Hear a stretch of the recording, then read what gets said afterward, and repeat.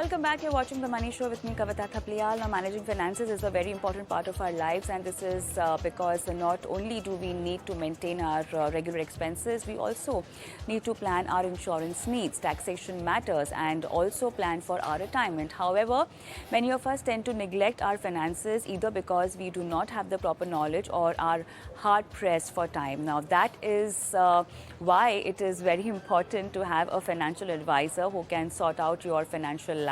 And so on The Money Show today, let's understand how you can choose the right financial planner. For that, we have on board Shweta Jain, Investography. Shweta, good evening and welcome to the show. So we are going to guide people on how to select the right financial advisor for them, and these advisors are not finfluencers, by the way, that we are just talking about, Shweta.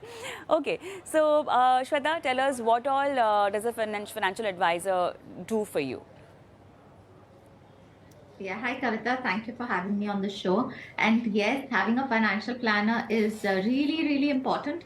But we only realize this after we make mistakes, and sometimes the mistakes are too expensive for us to even cut down.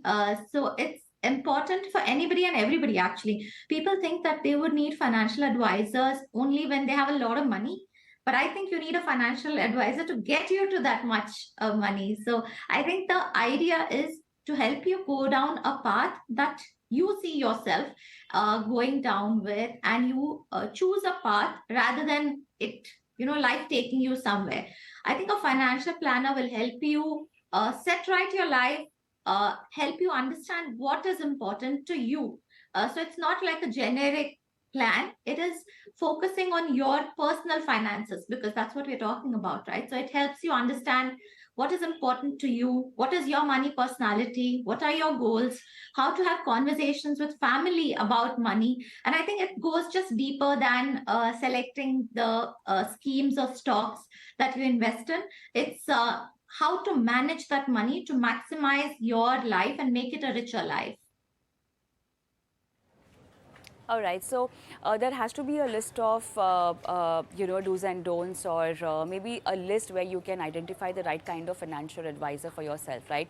So what is the actual homework you as an investor need to do before you go to meet a financial planner, or maybe have a list of parameters set for yourself, basis on which you can decide whether this financial advisor works for you or not?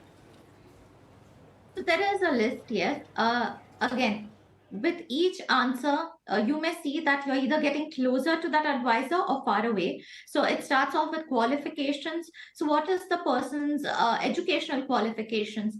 Is he or she qualified to give you advice? So these are different from your legal requirements. This could mean NISM certifications. This could mean CFP certification. This could mean CFA. It could mean whatever else that they are doing to make sure that they are up to date in the field. It could also mean that they are continuously educating themselves. So it could mean attending regular conferences.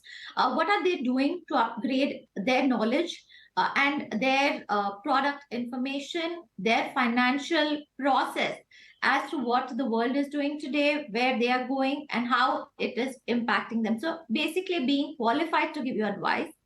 Second would be their experience. So most people would not want a novice to give them advice. So make sure that you're going with somebody who has experience.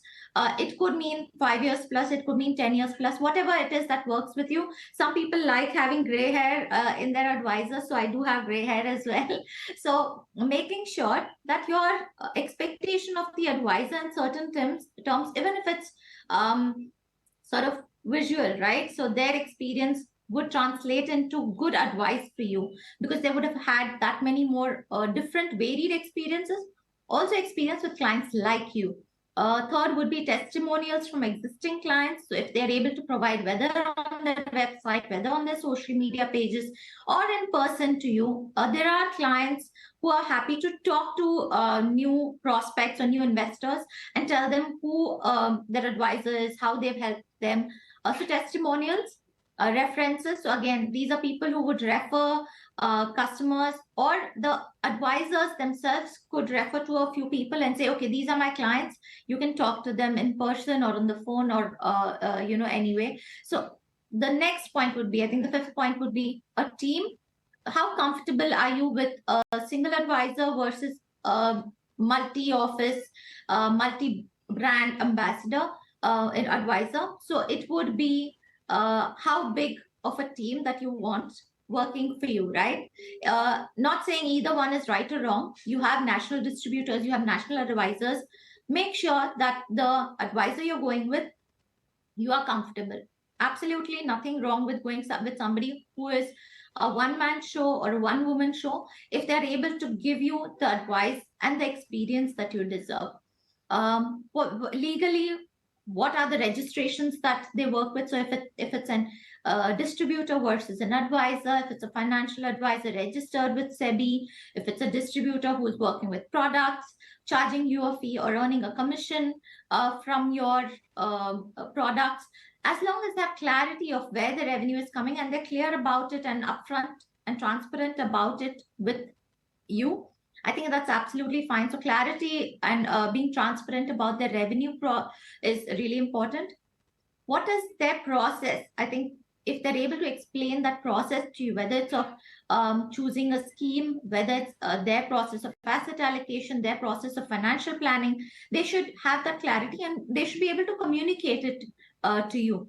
Their clarity of purpose. What kind of advisors When are they there? are trying to communicate, so Shweta, what happens is when they are trying to communicate us their plan for us, a lot of time, because you're an investor and because you're new to markets, new to the world of investments, you might not understand their language or the kind of plan they have for you. So it's very important for a financial planner advisor also to, you know, sort of gauge the understanding of investment that the particular investor has.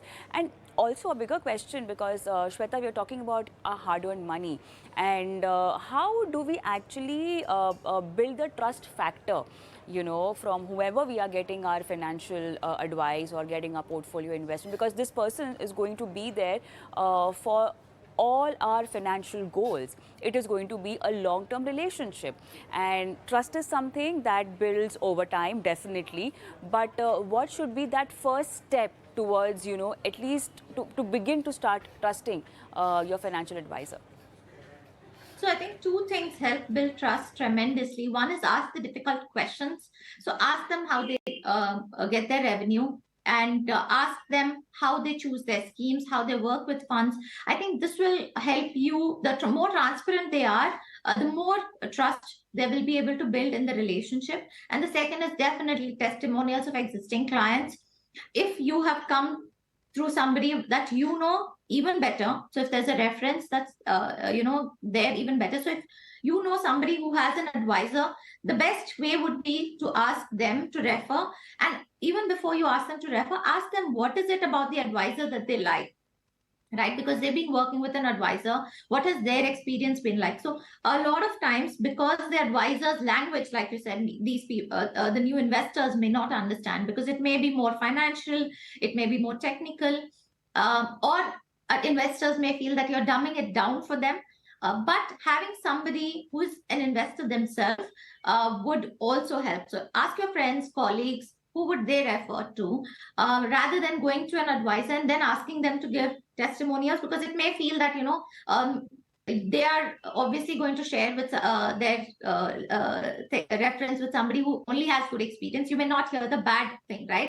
So you can actually ask your friends and colleagues, and that helps build tremendous value of trust. But on the other hand, the difficult questions, and sometimes asking them and even answering them would help you. If you look at an advisor and he's only going to give you flowery answers and say things like, okay, it's going to be a great journey, and not warn you about any dangers or any risks, I think that's a big red flag as well. So look for some of these red flags also. All right, so let's move on. I think registration and the clarity of fees, that is something that investors should know, and it is something that should be declared even from the financial advisor themselves, right? Absolutely. I think whether they're SEBI registered, whether they're just AMFI registered advisors and distributors. So this is a clarity that is absolutely needed, because your further expectations are going to be accordingly, right? So if they're an RIA, then the expectations would be that you're going to pay a fee, and that's how the process will sort of move forward, and you are going to be able to ask these questions. Versus if it's an MFT who's going to recommend schemes to you, then you make sure that you're checking on the cost of the schemes and making sure that you are getting products that you deserve, whether they're low cost products or whether the products suit you and your sort of requirements. So making sure that they are declaring their source of revenue to you upfront is really, really important. Their registrations is really important.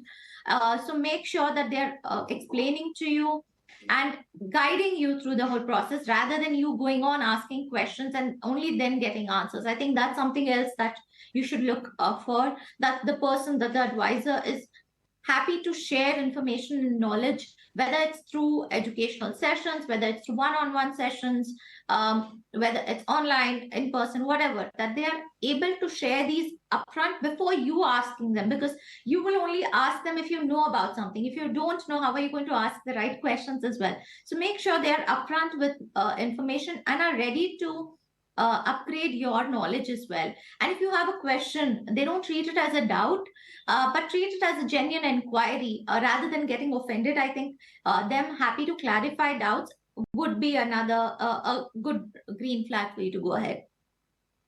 All right. Let's talk about finfluencers, and let's talk about finfluencers acting as financial advisors, which a lot of people prefer, obviously, because you get recommendation and a financial plan for free. But then everything that's coming free, especially when it's all about your hard-earned money, doesn't have to be trusted, and it doesn't have to be something that you would want to put your money on. So how do we figure out who is the genuine finfluencer and who's not, who's just trying to, make money out of your investments, which is not exactly helping you, but helping them? I think the best way to ask yourself the question is, who's paying for this? If there's something free that you're getting, somebody is paying for it, right? So if you're not paying for it, somebody else is paying for it, whether it's the influencer themselves, which if they are, then what are they getting out of it? Which is why I think I stressed a lot on how an advisor's revenue comes as well. So that's a question that you should ask your influencer as well, saying who is paying for this, right? If the plan is free, before sharing information, because today I think before sharing any bit of information, it's really, really important. Even as simple as sharing an OTP might cost you lakhs. So if you're sharing a lot of this personal information, trust me, it's going to cost you if if this information is not staying confidential. So how safe and secure is this information that you're giving out to them for free, right? They are providing you a plan for free, but is this going to cost you in the future? Are the mistakes that you make, whether it's buying an insurance product, which is long term, going to cost you in the future? Because, like I said, nothing is free, right? You're going to pay for it now, or you'll end up paying for it with mistakes in the future. So I think you have to ask these tough questions. And ideally, I would stay away from anything that looks too good to be true. So whether it's a free financial plan or promised 15-20% returns or X amount, I would stay away from anything that looks too good to be true. All right, Shweta, to sum it up, I think we've given a perfect list of how to identify or figure out the right kind of financial advisor for yourself. But then it's time to take a quick break, and post that, Shweta will be answering viewer queries and figuring out the right kind of financial portfolio for all our viewers. All this will happen after this.